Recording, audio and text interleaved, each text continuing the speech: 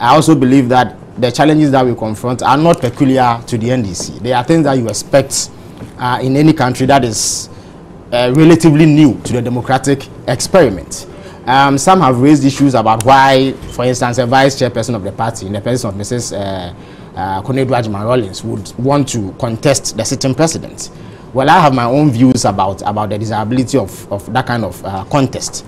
Nonetheless, I must emphasize that constitutionally, that is in terms of the NDC constitution, it is a normal thing to do, because the constitution prescribes what should happen in the event that an incumbent president is nearing the end of his first term.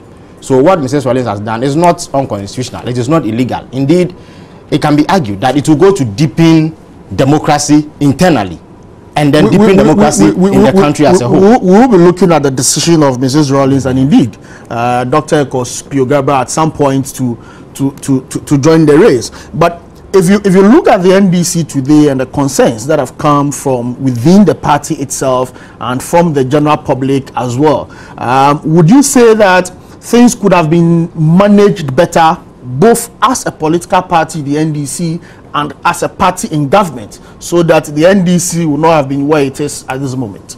Well, honestly, I do not believe that the NDC is in crisis to begin with. So it is not as though there's such commotion and chaos in the party. What has happened is that some people have exercised their rights to put themselves up to contest the flag bearership of the NDC. And I do not believe that that in itself is such a big problem. Concerns have been raised, of course, about how those individuals have conducted themselves vis-a-vis the unity and cohesion of the party. Some have expressed concerns that it could split the party right in the middle. Yes, you could argue that indeed things could have been done better. You can also say that perhaps the national executive and indeed leading members of the party could have intervened earlier to avert the decision to contest the president in the first place. But nonetheless, even though that did not happen, I do not think that what we have now is such a tragedy. It is not inconceivable that after Congress, the various factions will come together in the common interest of the NDC and prosecute the agenda of annexing power in 2012. So I do not believe that such a big harm has been done to the party. What we must acknowledge is that democracy actually encourages that kind of competition. You may disagree with the style, but the fundamental principle is that any democratic institution must open up the frontiers for others to contest. It is indeed one of the bedrocks of democracy that leaders subject themselves to scrutiny periodically. So even the sitting president has to go before his own delegates and party members to seek their nomination to continue with his agenda.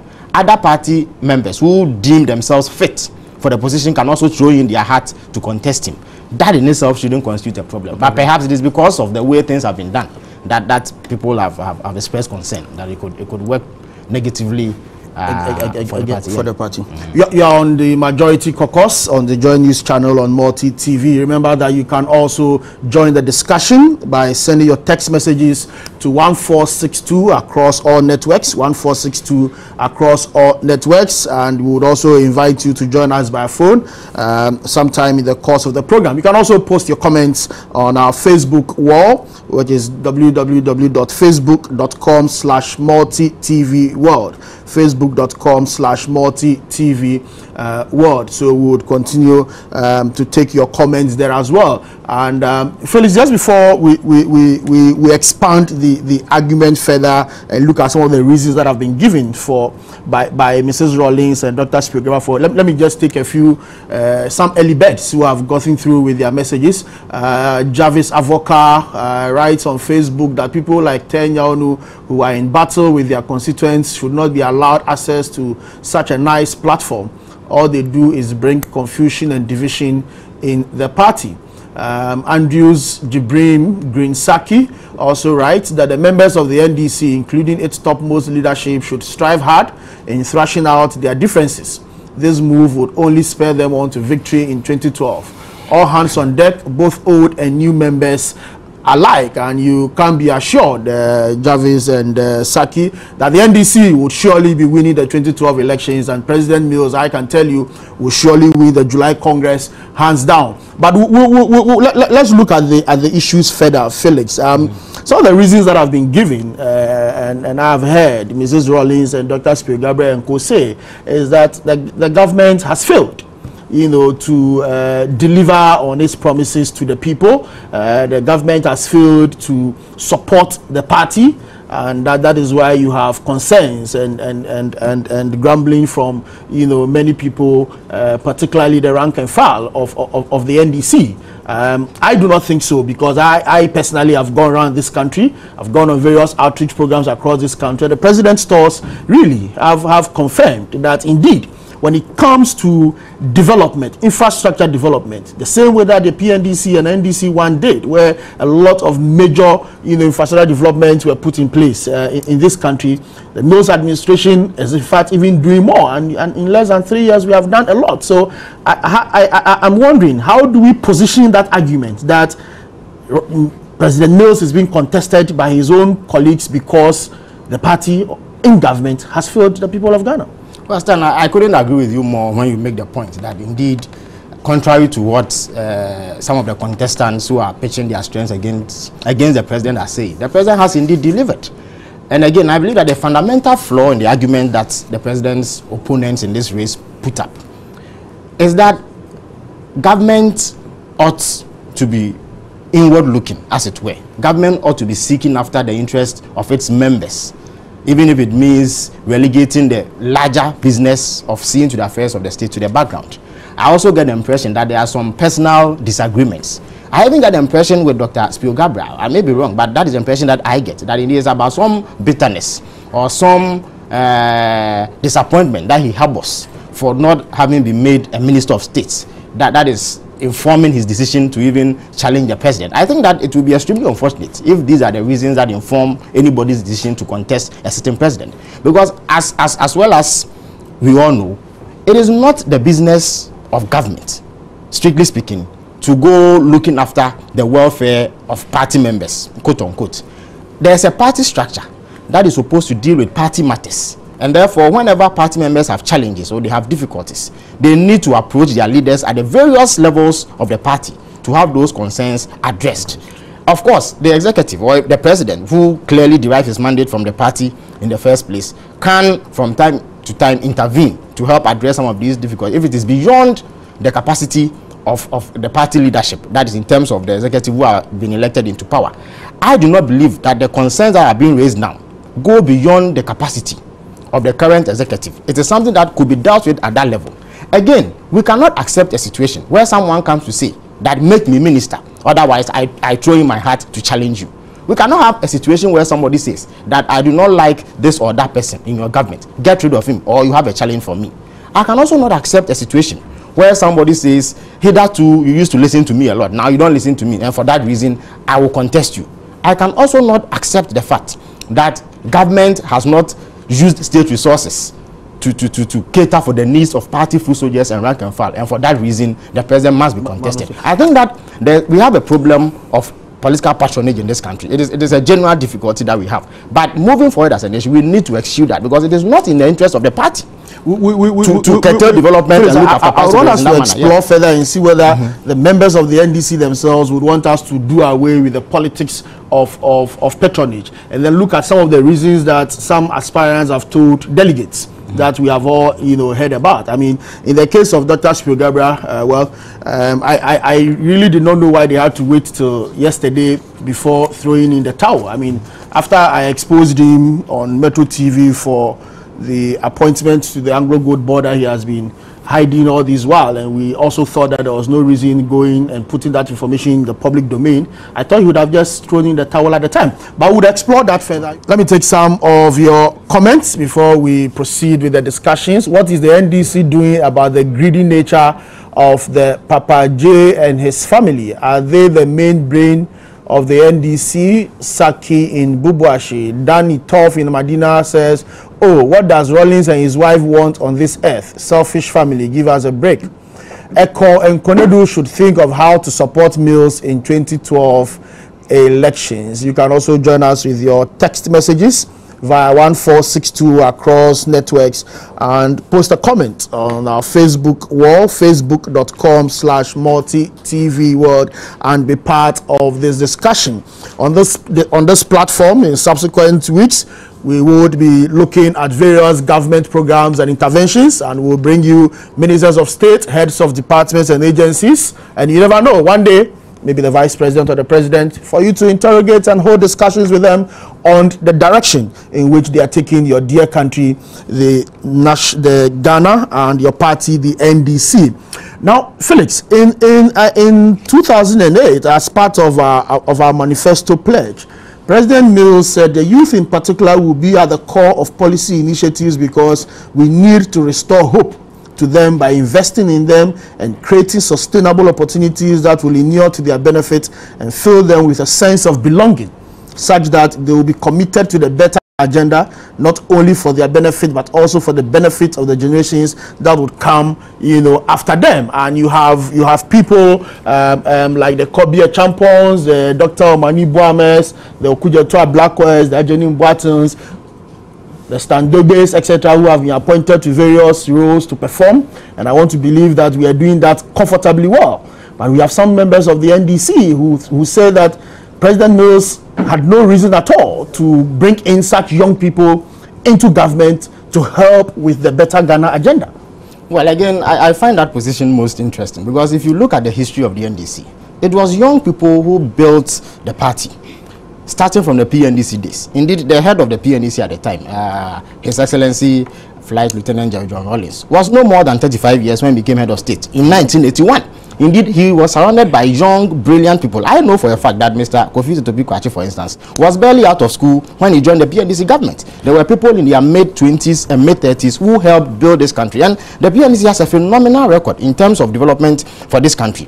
The NDC as a family has never shied away from giving young people the opportunity to show what they can do. So I find it extremely strange and contradictory that 20 years, 30 years down the line, people who were at the helm of affairs and were not too old themselves would find any difficulty with the president appointing young people. Because mind you, as a political party governs, it also ought to create room for building capacity. And that is one of the difficulties that we've had as a nation. We do not build enough capacity in various institutions. So whilst young people are given the opportunity to serve now, it is also a far-sighted policy. What it simply means that at a point where those who are nearing their retirement age in politics in the NDC currently leave the scene, there will not be that huge a vacuum that would become difficult to fill. I have heard the view that it probably has to do with selfish interests. Absolutely. If it were not, the successes of the PNDC and indeed NDC one to a very large extent depended on the vibrancy of the officials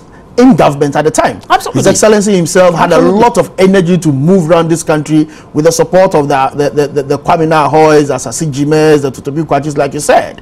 You know, so that brought in some good results. So if the same thing is happening now, and you have people who benefited from the vibrancy of the young people now complaining, it can only be selfishness than anything else. Absolutely, and that is why I've all this while had difficulty with the candidacy of someone like Mrs. Rawlings, for instance, because the issues she articulates now as informing her decision to contest the president are clearly incompatible with the positions that they took in the not too distant past. That is why I have kept insisting that there must be other reasons other than issues of principle that is informing this particular contest. Did you hear Dr. Spio Gabriel say that why has the president appointed young people who, you know, were not experienced in any way? I mean, when he came to Ghana in 1993 to become a minister for information at the time, how old was he? Was he known by the party structures? Had he worked? Well, at least in 1993. I mean, when I was in Keta Secondary School in 1992 when the NDC was formed, I was on the ground campaigning for the NDC. Exactly. Where did he come from? Exactly. Like today he says that we are too young to be in government. In fact, you know what? During the 2007 flag bearership race, Dr. Spio Gabriel's main campaign theme was that he was younger than Professor Mills. Indeed, in numerous media appearances, he made the point that Professor Mills belonged to the older generation and that it was about time younger people were given opportunity to serve the nation. That was his campaign theme. So how come within a matter of 3 years, he has shifted so widely off the previous position that he had? that now he is attacking the president for giving young people the opportunity to sell. So there must be other reasons informing their candidacy and not clearly what they are articulating. We will be joined shortly by our colleague Mr. Kobi Fiagbe to also share some thoughts on this topic. But Mrs. Rawlings has also been reported to have said that the NDC is dying because of President Mills's, leadership of the NDC. But on the ground, you speak to other party people and they say that the NDC is enjoying some phenomenal growth in spite of whatever challenges that people might have, with the leadership of the party at the headquarters or with the presidency for that matter. Does Mrs. Rawlings objectively have some points there? No, I do not think so. You see, I will give you a classical example. I was an executive member of Tein KNUST branch. While the NDC was in opposition and we were trying to organize party activities on the campus, we knew the number of people who were with us. Now go to KNUST, and I believe you were there not too long ago with some other members of government to hold a forum. And you saw the enthusiasm that people exhibited at that function. About 2-3 years ago, I was at Islamic University to address a Tein forum again. You could see vibrancy, you could see enthusiasm in the eyes of the numerous youth who thronged that place. There were indeed people who were not students, but simply because they had heard that there was some youth activity going on the Islamic University campus, they thronged the place to listen to what message we had. You've seen the president go around. You've seen how he's been mobbed by both party faithfuls and even the larger Ghanaian population. So clearly, there must be some sharp dichotomy between what Mrs. Rawlings is saying and what actually exists on the ground. Again, talking about the party dying, one may ask that, was it not the same Mrs. Rawlings who said prior to the Tamale Congress that she was getting herself elected into the National Executive Committee of the NDC, specifically speaking, the first vice chairmanship position of the NDC, so that she can breathe some life into the NDC? She was sabotaged as a vice chairperson. How could she be sabotaged? She was the next most powerful person on that executive body. After the chairman, she was the next in command. If she could not exert some influence to calm the waters and salvage the party's fortunes, and is now claiming that the party is dying, is it not an indictment on her own capacity to deliver as a leader of the party? I do not believe that one has to become president of Ghana before you can do something to save the dwindling fortunes of your party. Indeed, the larger responsibility for holding the party together lies with the national executive and other executive office holders at the various levels of the party. The president, owing to his very busy schedule and the fact that he ought to take care of the affairs of the entire nation, would normally not be involved in the day-to-day running of the party. So the president certainly cannot be settling disputes all over the country involving party members. It is the responsibility of the party executive, of which Mrs. Rawlings, prior to her declaration to contest this particular race, was a key member. So you would have expected her to bring some influence to bear in the resolution of whatever differences she says exist now, and not come back only because she's interested in the flag bearership position now to claim that the party is dying. I have seen evidence to the contrary to what Mrs. Rawlings is saying. I do not believe that the NDC is dying. There will be grumblers, which is obvious. I mean, given the kind of political patronage system that we operate in this country, there will be grumblers. People expect that once your party is in power, there are certain things that can be done. Of course, it is not desirable. And even those who get something will still right. Dr. Garba was sitting on the Anglo-Gold board, earning more than what the president earns here in Ghana, and yet was complaining that he didn't have anything. Clearly, you can see that. I mean, there's some element of greed because he wanted two other boards. Exactly. That give him. He was a minister. In fact, in numerous write-ups, he made the point that he had not been made a minister. Indeed, I heard him say categorically that because he is not the Minister of State now, even if the NDC should go into position, he has nothing to lose. Clearly, if this is someone who is seeking the mandate of a party, then you know that clearly something must be wrong. And it is important that NDC members understand what exactly is happening. That these sentiments that are being expressed may not necessarily represent the sentiments of people on the grassroots. Otherwise, these same people will not come and mob the president when he visits them. People who are angry will show some visible signs of anger. I do not see that in them. Yes, there are issues that are to be addressed. Why? Every political party has challenges. There are issues about institutional capacity. There are issues about organization. There are issues. But of course, it is not to the extent to which these contestants of the president want to take it. And I believe that we should be discerning enough to see through some of these machinations. When Mr. Fiagbe joins us, we'll look at why President Mills must be endorsed at the July Congress, or what the reasons are for that. But you sitting at home or watching us from your office, you can also join us via text. 1462 is a text line across all networks, and you can also post a comment to our Facebook wall, facebook.com/multi-TV world. This is the Majority Caucus on the Joy News channel on Multi-TV. We'll take a short commercial break, and when we come back, we'll look at why President Mills is a man to be endorsed by delegates at the Sunyani Congress. You're welcome back to the Majority Caucus here on Multi-TV. We have some more text messages. You can also join us at 1462 via all mobile networks, and also post a comment on the Facebook wall, facebook.com/multi-TV world. Some text messages here. Please ensure that there is unity after the July Congress. We love the party. AJ from Hoeje, you can be assured that the NDC will remain united. I am not sure if the idea behind this program is to propagate Professor Mills ahead of the July Congress. Can't you use this fantastic platform to tell the audience what plans the NDC has? You surely will be hearing a lot about what the NDC has and what government of the NDC is doing. I want Ghanaians to know that it was God Almighty who elected President Mills, and for that matter, he will be president for the next 4 years. God bless him, and may he live longer. From Ma. Thank you very much, Ma. And you can also join us with your text comments and your posts on our Facebook wall. We've been joined by Mr. Kobi Fiagbe, who is a journalist, and Felix Kwachiofosu, who is an oil and gas analyst and an activist of the National Democratic Congress. Now, Felix, why should delegates to the party's July Congress endorse President Mills and not vote rather for Mrs. Rawlings as the NDC's flag bearer for 2012? Well, I think that it is a generally accepted fact that in every contest that you engage in with your political opponents, you put your best foot forward. And therefore, to the extent that the incumbent president is performing and is doing so well, and is receiving all the plaudits, there is no reason why he should be changed, especially when those who are seeking to contest him have not espoused any credible policy alternatives, save the same rhetoric that we've been hearing all over that we touched on in earlier sections of this program. Again, you need to also understand that in every election, there are some factors that swing the votes. The various parties may have very little difference in terms of programs, in terms of ideology, and in terms of what they do when they are in government. Their records may even be similar, but there are some distinguishing factors that every party's candidate must have in order to ensure that he annexes the ultimate diadem. And on this matter, I refer specifically to the image of the candidate. Indeed, this morning, my brother Kobi Fiagbe's paper published some news item about how the MPP is struggling to, as it were, rehabilitate the image of their flag bearer. We in the NDC have no such problems. We have a president. Is his image battered? Well, I mean, at least a report that came out indicated that the MPP itself was worried about the image of their candidate.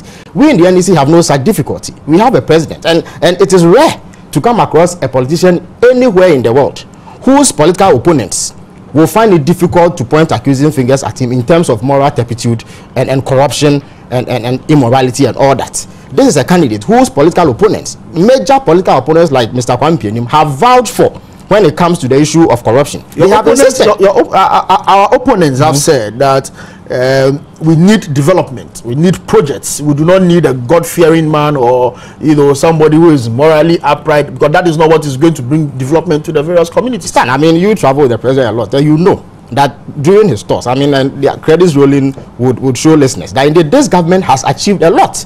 The rate of infrastructure development in the education, health, agri and other sectors is phenomenal. It is almost unprecedented. You had instances where people sat under trees and lied on their bellies in order to write in so-called classrooms. You had instances where people had to sit under mud houses, which mud houses they have to evacuate in the event that it starts to rain. Currently, as I speak, 1,029 classroom blocks have been built to replace these schools under trees. You have a situation where when the NDC assumed office, the MPP had this wishy-washy policy of extending the SSS duration to 4 years without making any comprehensive plans to accommodate the extra year, that the students that will emerge out of the extra year that has been created. The NDC quickly mobilized resources running into about 104 million Ghana cedis to build classroom blocks to accommodate the backlog that had been created out of the reckless policy of the NDC. Not to cut you Felix, but just to remind viewers that what is rolling now is a president's tour of no other region than the Ashanti region, where you can say is the World Bank of the New Patriotic Party. Yet there are major developmental projects going on there. There are some communities that have not had, even a clinic for so many years, even at the time when President Kufuor was in power. And today they have clinics there, and the road networks are being improved, in those communities. Mr. Fiagbe, but would these projects, the school projects, the healthcare projects, and the road networks, are they enough? Are they enough reason for the delegates to choose President Mills over Mrs. Rawlings? Thank you, and good evening to our viewers. That's a good question. Are the projects enough for delegates to decide that yes, for this reason? Now, to answer that question, we must go back to why what the NDC told the people of Ghana. And you must remember that the president is the choice of the delegates. They elected him as the flag bearer of the NDC, which election was endorsed by the people of Ghana in a general election. And so whatever pledge was made in the manifesto was a pledge made by all the people of the NDC. Now, one of the pledges that the people of the NDC made to the people of Ghana is massive infrastructure development. Now, if you have a president who in only 2 years, and I have said elsewhere that President Mills has become a victim of his own success, the massive infrastructure development that is taking place in just about 2 years of his tenure is creating an impression as though he has been in power for longer than 2 years, and so people expect that it should have been more. You understand? If in 2 years you could have done this, maybe you could have done a lot more, and that's one of the reasons why he has become a victim of his own success. So yes, for as far as I'm concerned, that and the fact that the president is remaining true to his promise to build a better Ghana, where he will not repeat the evils of the past, the cycle of viciousness and vindictiveness that had characterized our politics, especially during the early days of the MPP era, making sure that those things are things of the past. I think they massively deserve him to be endorsed again. But one of the reasons why some members of the NDC have issues with President Mills is exactly the issues that you're raising, that he has not been vindictive, in dealing with the New Patriotic Party. If you look at what many, members of the NDC went through, issues of even stopping people at the airport. His own chief of staff, John Martin Newman, was one of the people who had to be stopped at the airport. The Chachuchi Carters, the former Controller and Accountant General, people being dragged from churches, etc. Trumped up charges being put against people, people being, labeled as going for money in black polythene bags, etc. Now, all these issues have come up, and there are some members of the NDC who simply do not understand why the president should be the president that Ghana or a country really desires, and not just a president for the NDC family. The bigger question is, what kind of society do we want to build for ourselves? Are we desirous of building a society where we are always going to have this kind of vicious circle, such that at the end of every administration's tenure, there will be a cycle of victims and a cycle of victors? Some people will be slapped in traffic, and others will be molested, and others will be dragged from church. Others who are even arriving in the country will be arrested on the tarmac to be humiliated, and all those kind of things. Is that the kind of society we'll build? In any case, when the MPP was doing it to the NDC, did we applaud it? We didn't. We said it was wrong. And if we said it was wrong, must we continue in that vein? And the president promised a better Ghana. You understand? Now, I was just coming from another program on a sister radio station, sister station to this multi-TV, and I heard a prominent chief saying that the laudable works that the president has done will make sure that by the time he finishes his 8 years, and listen, this is a chief who is well educated and knows the constitution, and knows that the constitution gives 4-year initial and a renewable by the people of Ghana, and he knows that, yet he indicates that he believes that President Mills will spend 8 years that the constitution allows. And so that tells you the confidence that even people outside the NDC are having in the president and his administration. I was again coming right now. I was monitoring the AGI president talking about new initiatives in how to help the industrial sector and all that, and bringing some timelines and actionable policies that have been introduced to help. And so if you have a government that is focused on building a better Ghana, not just parroting mantras and all those kind of things, but putting in concrete measures. Look, the president promised that he's going to tackle the economy and make sure that inflation that had become something like a ghost, a mirage that we were chasing all over the place, and in 8 years the Kufuor administration couldn't do it. He promised to do it, and in less than 2 years he has brought inflation down to single digit. I have heard some analysts say that we sincerely do not even need a reduction in inflation, and I was particularly astonished because I have taken part in a number of tripartite meetings, government, AGI, Ghana Employers Association, and the TUC, and that's one of the innovations of this government, where His Excellency the Vice President chairs a session on behalf of the President with all these agencies periodically, so that we see what does industry want, what do the unions want, and how are we moving forward. As I come, we'll be able to resolve a number of issues, and the issues about interest rates, the need to keep inflation down so that the policy rate also comes down, and then it reflects in interest rates. But I was surprised today to hear some of the same analysts, come back to tell us that going in for single-digit inflation by itself is not necessary. And I was particularly happy about the point that you made about what the AGI president said, because on the industrial front, only yesterday, the Minister for Trade, the Honorable Hannah Tete, launched the country's industrial policy, which is not something that just came out of the blue. It's something that has been worked on consistently over the last 2 years, together with industry, together with the labor front as well, so that we always have a certain moving forward. So the reductions that we have today, or the seeming stability that we have in food prices, the reduction that we have in the amount of money that this country spends on importing rice, etc., are things that benefit this country. But it would appear that the politics of this country does not need, things like that. What we always need to hear is whether the president is beating up, MPP supporters,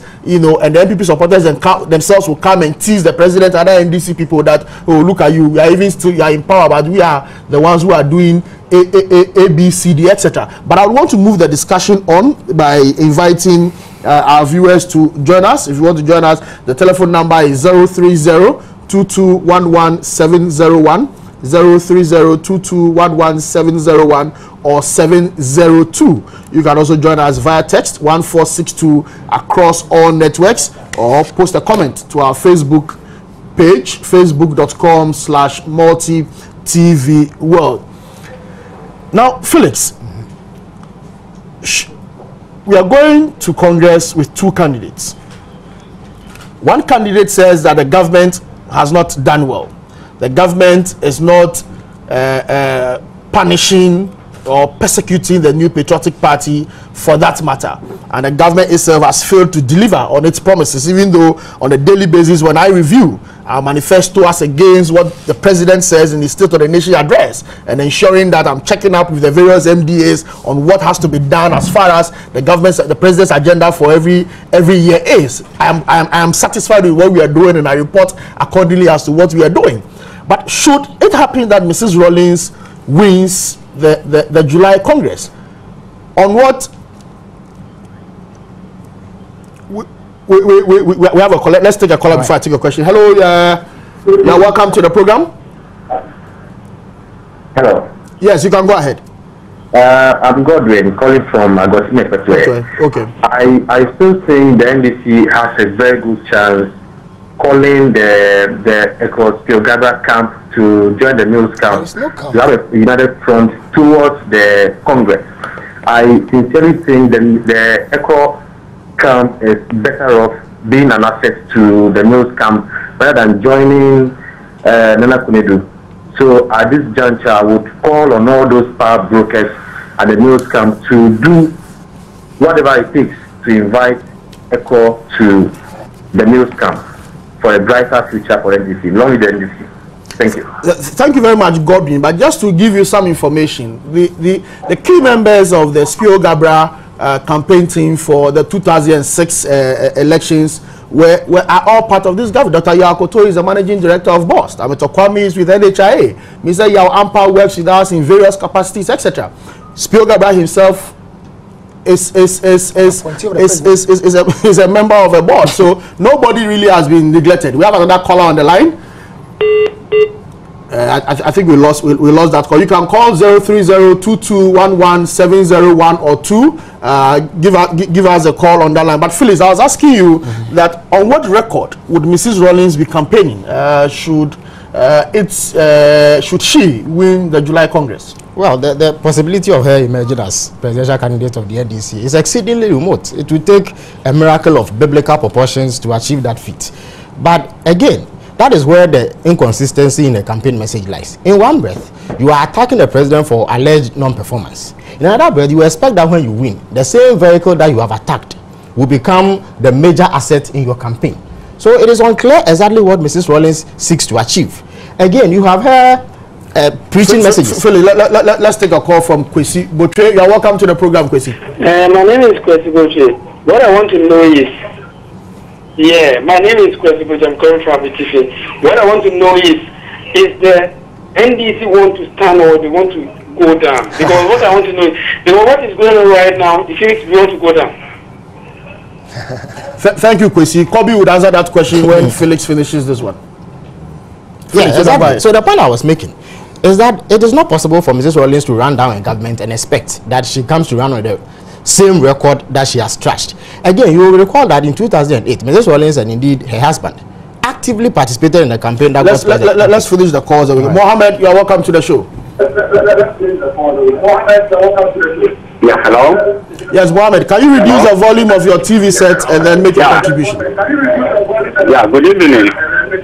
Good evening. Hello? Can you hear me? I can hear you. Hello? Mohammed, go ahead and make your submission. Hello, can you hear me? Go ahead and make your submission, Mohammed.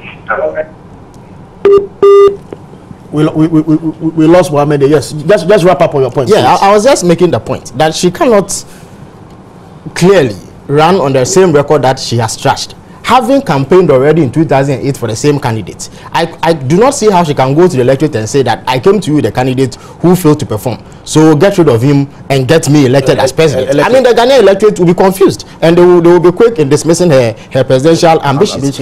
Amada is calling from Mamubi. Amada, go ahead. Hello? Yes, hello? Amada, go ahead. Yeah, please. I want you people to go and then organize, how do you call it?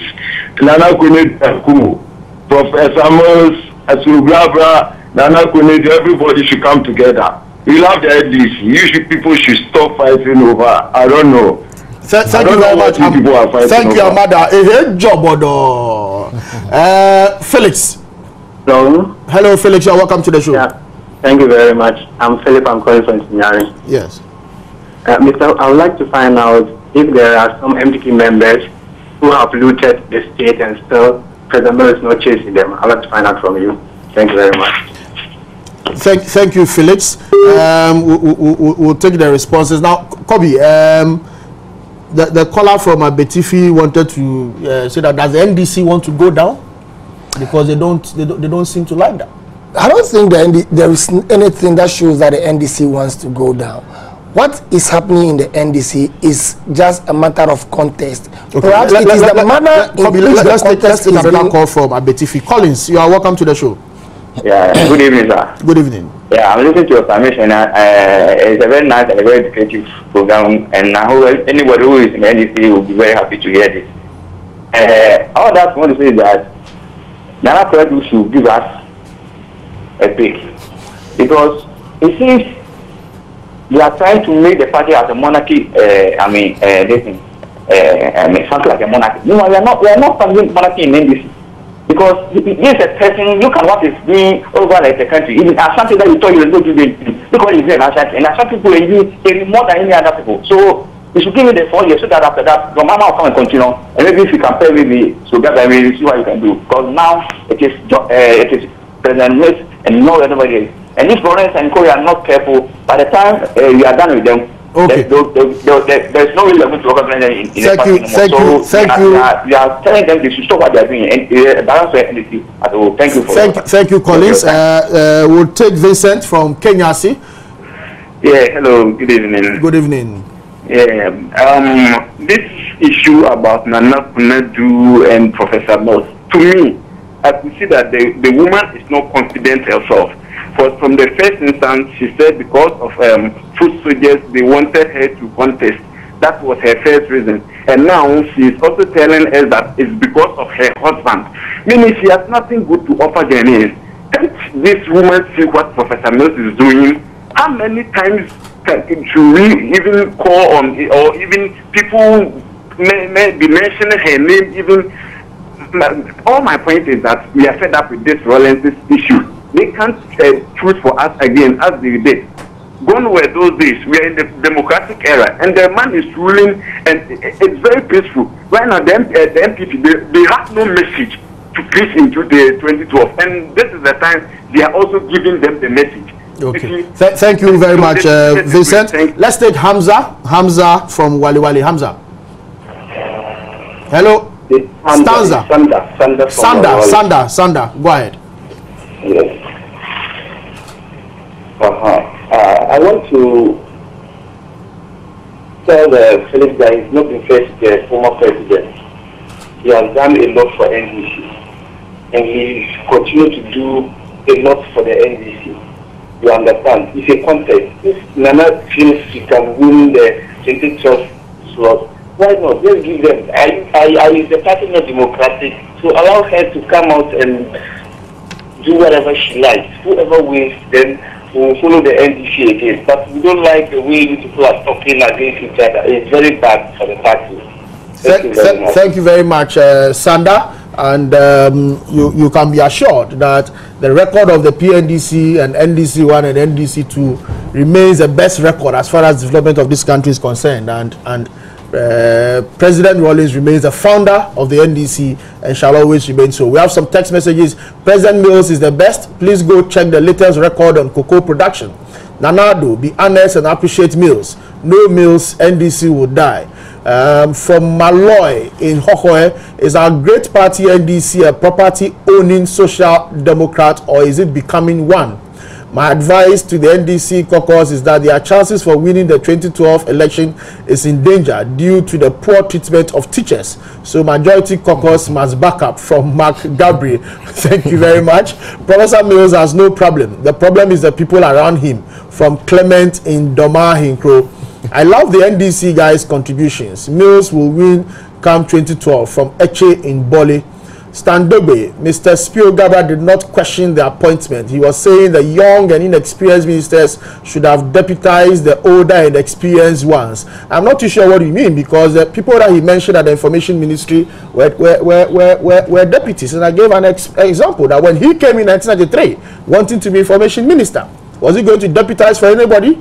When he went to become U.S. ambassador, our ambassador to the U.S., was he deputizing for anybody? Because he clearly had no experience in that field as well. But as a communications person, I'm sure that I have enough experience as far as communications and strategies are concerned to even become a full minister if that is the wish of His Excellency the President. Jarvis Avoca writes on Facebook, the good works of the President will see him through any form of election in his lifetime, because many Ghanaians, just like myself, know how to compare a 2-year record and that of 8 years. You can also join us via text 1462 across all networks, or post a comment on our Facebook page. Now, Kobe, you were answering the question as to, you know, and just summarizing some of the concerns. And I'm saying that from the messages. I think that what has been the problem is the tenor that some of the campaign messages have taken. That is what is giving cause. The contest itself is not a bad thing. It's healthy. It creates vibrancy, it creates diversity and all that. But the tenor, the messages that the attacks, that is what is giving cause for concern. But I have a slight disagreement with my brother Felix on the record that they campaign on.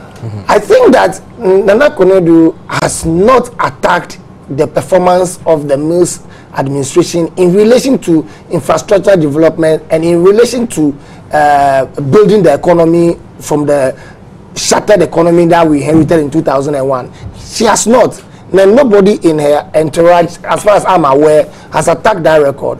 What they have attacked was the president's seeming or the government's inability to deal with MPP people in a vicious cycle of vindictiveness. And to that extent, if that is what they believe the Ghanaian people will find, then that is the record that she would, or lack of record that she will deal with. She'll be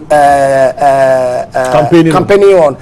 Vote for me so that I can come and jail MPP people and I come and destroy MPP businesses. Like Spiogabra said, that even in 2 years that we are in power, MPP people are still in business and they are boasting that they are in business. We still have them in the civil service. We still have them in the civil service of everybody. You understand? And because the president is refusing that vicious cycle should not be continued, we must stop that vicious cycle. Because we must not expect that after the president leaves office in 8 years, all people appointed by the NDC should expect that they will also be sacked from the civil service because job must be created for the MPP people. So to the extent that these are the things that they find distasteful, these are the record that they will be campaigning on. They have not attacked the president's record in infrastructure development because it's solid, and not even they can say that.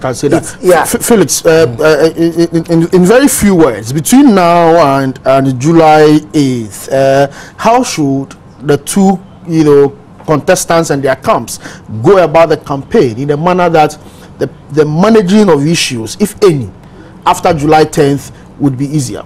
Well, I think that like Kobe rightly intimated earlier on, if you are having a contest, that contest in itself may not be a bad thing. It is a tone that it has assumed that has provided cause for concern for many people. I believe that, for instance, if Mrs. Rawlings had campaigned on the premise that the president has indeed performed, the mandate that he was entrusted with, he is delivering on. Nonetheless, she feels that she is better placed to propel the development of this nation forward. I think that it would have been a fairly acceptable message, and indeed there is a message that you can buy into and help her win in the event that she emerges as flag bearer. But to go on that you believe in the message. Well, but then again, I don't think that it is even bad to say that someone who has done so well can be bested in terms of course. Yeah, exactly. So that would be a very credible message. Indeed, how else were you going to campaign to unseat an incumbent president? But I'm saying that is a message that is acceptable, and I would not have difficulty campaigning for someone who campaigns on that message. But the current tone that her campaign has assumed is extremely destructive and will not help the cause of the NDC if she continues that way. In order to achieve unity, I think they must tone down on the rhetoric and be more as it were, placating and conciliatory in their tone, in order that it will not be difficult for people who support President Mills to come on board when she emerges as flag bearer. The current, we are one party. If that is a huge if, because it is not going to happen in 45 seconds. How should both sides manage the campaign so that it will be easier to manage any cracks? Like I've been telling my friends in Fonka, very, very unlikely that Nana Konadu, Mrs. Rawlings will emerge as flag bearer. But I'm conducting all this campaign in the event that she emerges against all odds as flag bearer of the party. I can still work for her in the interest of the party that I believe in, because I believe that the party is supreme. You understand? And so everybody else must campaign based on the knowledge that whoever Congress chooses is the one that all of us are going to work with. If we go and say that our candidate is Banchidada, as has been said of a candidate previously, like how then are you able to come and say I am going to campaign for Banchidada, or people should vote for Banchidada? Let's take some text messages before we wrap up. Anyway. Leslie Kwekwabuaji says, Kwachi, you are really informing and educating us. Well done, bro. Somebody writes on Facebook, this is another step forward for Ghana's democracy. And another one says that Rawlings should give us a break because the prof is doing a wonderful job from Oli. Remember, those were your text messages. Remember that the text platform is 1462 across all networks, and the Facebook page for this program is facebook.com/multi-TV world. This evening we've been looking at the state of the National Democratic Congress, the NDC, today.